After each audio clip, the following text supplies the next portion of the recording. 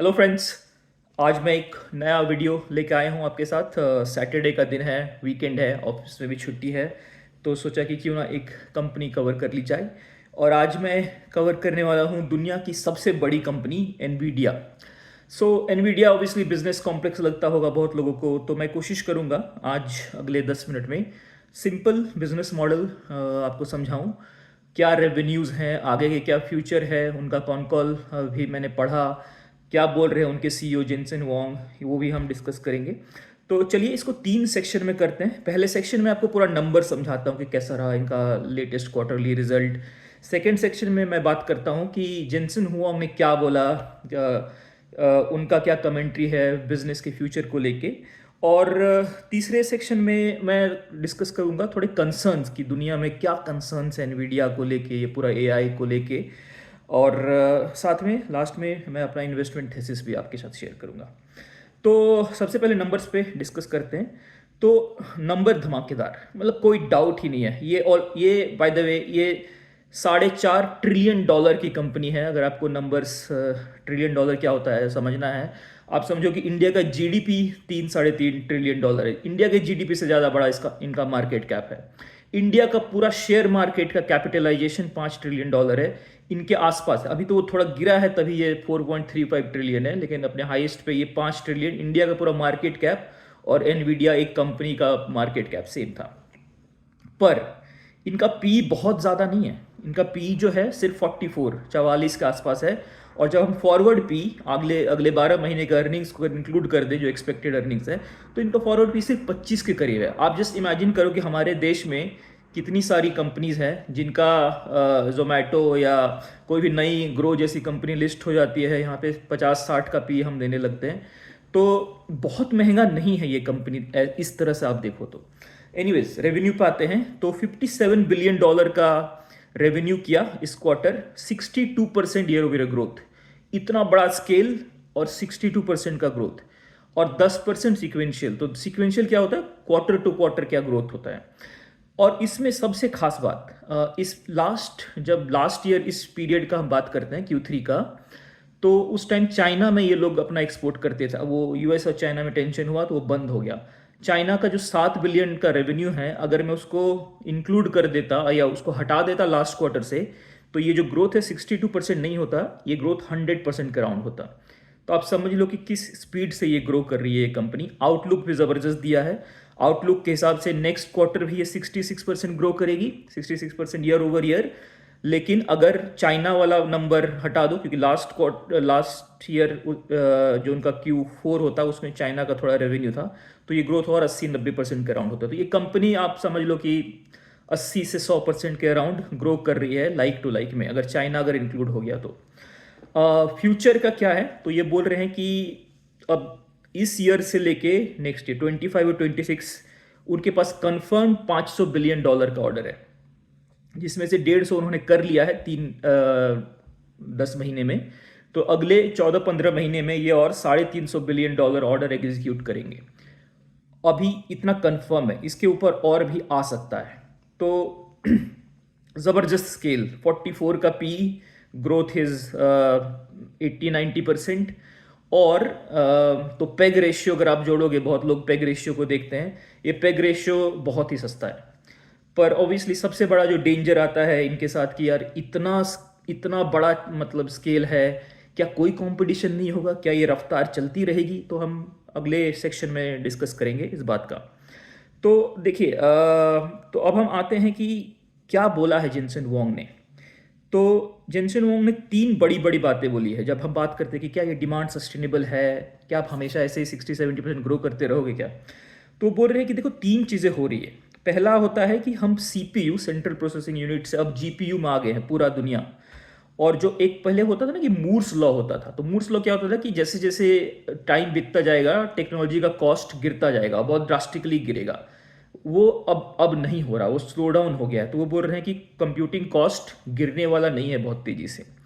जो सेकेंड ये बोल रहे हैं कि ये जेन एआई जो है, जेन एआई बेसिकली इसने क्या किया है, कंपनीज के रेवेन्यूज, ये बहुत इंपॉर्टेंट पॉइंट है, अगर आपको समझना है तो दोबारा भी एक बार रिवाइंड करके सुन लेना। ये अब जैसे अमेजोन, गूगल, एप्पल सब कोई बिलियंस ऑफ डॉलर इस पे खर्च कर रहे हैं। तो ऑब्वियसली रेवेन्यू अगर एनवीडिया का सस्टेन करना है तो इन बड़े हाइपर स्केलर्स को और खर्चे करते रहने पड़ेंगे। तो क्या ये पॉसिबल है? तो जेंसन हुआंग का कहना है कि हाँ पॉसिबल है, क्योंकि इनको प्रॉफिट हो रहा है उससे। तो एक एग्जांपल उन्होंने दिया कि क्या होता है कि अब आप इंटरनेट पे सर्फ कर रहे हो, इतने बिलियंस ऑफ लोग हैं, आपको क्या दिखाए फेसबुक? ये फेसबुक एनवीडिया का चिप्स यूज करके और शार्पन कर रहा है इस चीज को।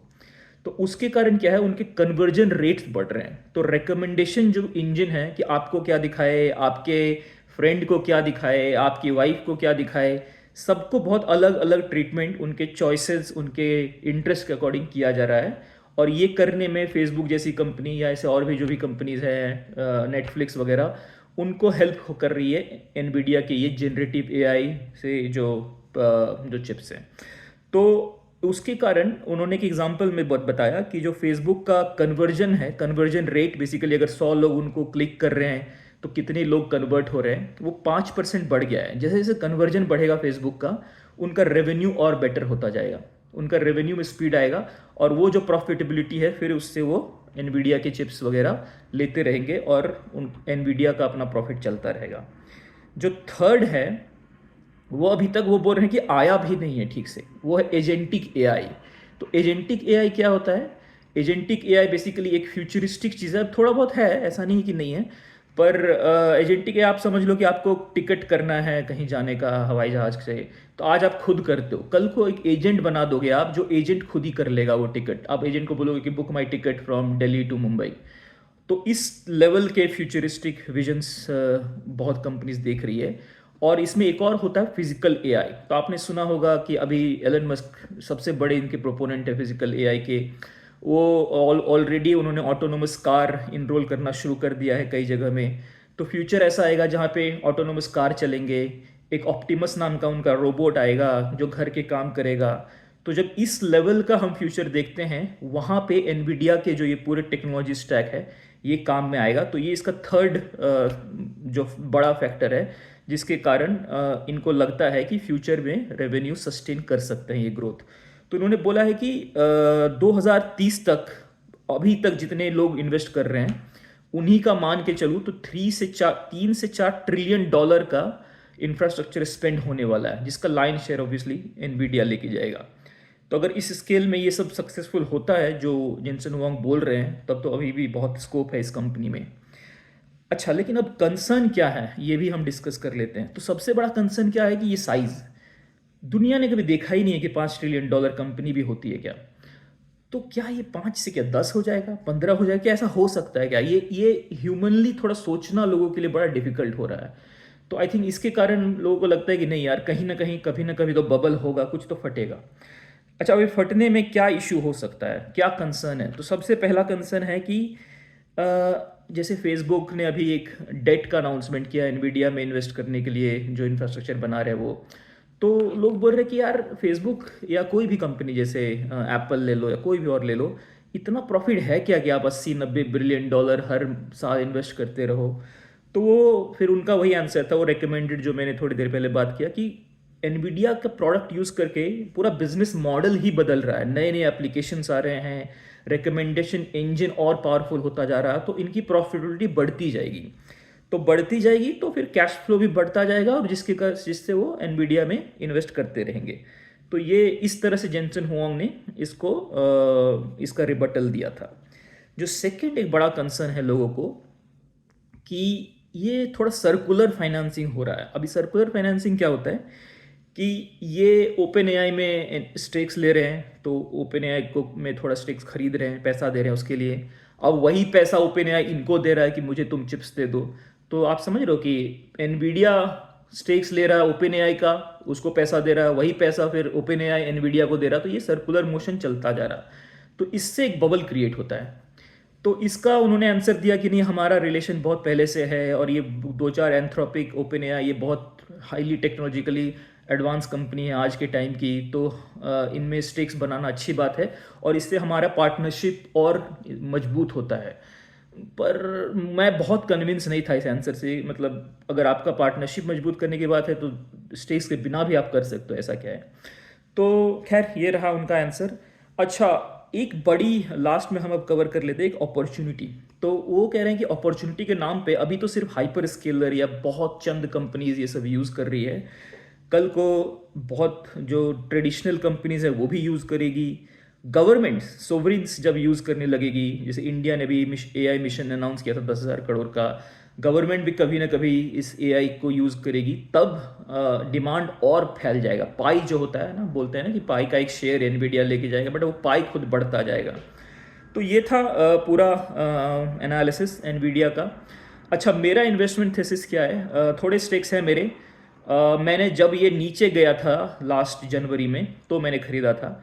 तो मैं आपको वही एडवाइस करूंगा, अगर ये क्रैश होता है, अभी थोड़ा हुआ है क्रैश, और देख लो आप, अगर आपका रिस्क एपेटाइट है तो जब क्रैश होता है तो लेना बनता है। ये कंपनी रेलिवेंट तो रहेगी नेक्स्ट 5-10 साल में।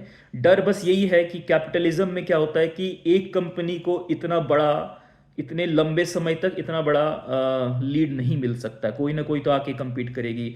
अभी आपने सुना होगा कि गूगल ने जेमिनाई 3 यूज़ किया और उसमें एनवीडिया के चिप शायद नहीं यूज़ किए, गूगल का खुद का चिप्स यूज़ हुआ है। तो AMD भी इनका कॉम्पिटिटर है जो आगे बढ़ रहा है। तो ये कैपिटलिज्म का जो नॉर्मल फिनोमेना है कि इतना देर तक आप लीड नहीं ले सकते हो। इनके ग्रॉस मार्जिन 70% 75% पे चलते हैं, तो कभी ना कभी कोई ना कोई कंपटीशन तो आएगा। बट डिप में 100% लेने वाली चीज़ है। मुझे मुझे लगता है कि जो उन्होंने वो बात बोली ना रिकमेंडेशन चैनल की, कि कुछ लोगों का यूसेज बहुत अच्छा हो रहा है इस जनरेटिव एआई से, तो मुझे लगता है कि वैसी कंपनीज ढूंढना बेटर है जहाँ पे जनरेटिव एआई के कारण उनको सर्व करना अपने कस्टमर्स को और इजी होता जा रहा और प्रॉफिटेबल होता जा रहा। तो इट्स लाइक कि देखो, जैसे 25 साल पहले इंटरनेट आया था, दुनिया बदल दिया। 100% एआई दुनिया बदलेगी 5 साल 10 साल में, दुनिया बहुत बदलने वाली है। बट वो गेस करना बड़ा मुश्किल है कि एनवीडिया ही क्या इसका सारा फायदा लेके जाएगी या कोई और आएगा। ये हमेशा एक टफ चॉइस होता है। तो बस सेफ खेलने के लिए मैं यही सजेस्ट करूंगा कि जब डिप आए तो आप खरीदो, स्टेक्स तो होना चाहिए। तो ये रहा मेरा एनालिसिस। बताइएगा कैसा लगा आप लोगों को, और प्लीज़ अगर आपको पसंद आए हो, लाइक्स शेयर और सब्सक्राइब करिए। थोड़ा चैनल में ग्रोथ आएगा तो मुझे भी मेरा मज़ा आएगा फुल टाइम जॉब के साथ ये थोड़ा करने में। तो thank you friends, and see you next time.